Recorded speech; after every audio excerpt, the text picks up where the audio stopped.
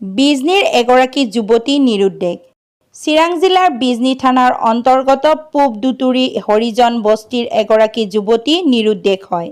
নিৰুদ্দেশ হোৱা যুৱতীগৰাকী পূব দুতুৰিৰ হৰিজন বস্তিৰ বাসিন্দা হীৰা ৰবি দাসৰ কন্যা ৰেখা ৰবি দাস। পৰিয়ালৰ লোকে জনোৱা মতে দেওবাৰ দুপৰীয়া ভাগত নিজ গৃহৰ পৰা নিৰুদ্দেশ হৈ আছে যুৱতীগৰাকী।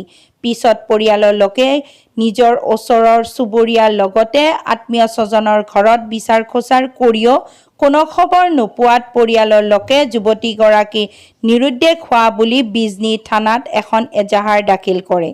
যদি কোনো সদাশয় ব্যক্তিয়ে এই যুৱতীগৰাকীক দেখা পায় তেতিয়াহ'লে বিজনী থানা নাইবা 7637853093 নম্বৰত যোগাযোগ কৰিবলৈ পৰিয়ালৰ লোকে অনুৰোধ জনাইছে। News desk, Bijni first 24।